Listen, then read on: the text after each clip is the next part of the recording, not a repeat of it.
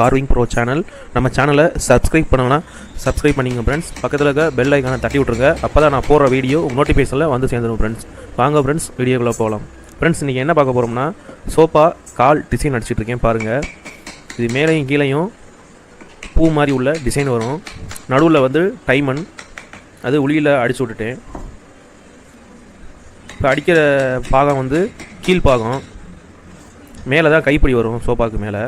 அது மேலே இருக்குது பாருங்கள், ஒரு எஸ் மாதிரி இருக்குல்ல, அது கீழே உள்ள பகுதி.